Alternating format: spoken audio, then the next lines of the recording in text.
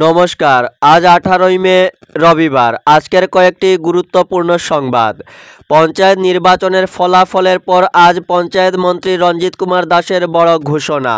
স্ত্রীর প্রতিনিধিত্ব বন্ধ স্বামীর।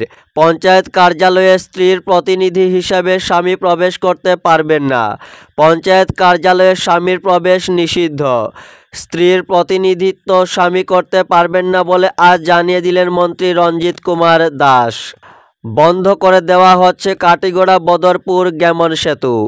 কাটিগড়া বদরপুর গ্যামন সেতু মেরামতের জন্য আগামী 21শে মে থেকে 2 মাসের জন্য সেতুটি বন্ধ থাকবে।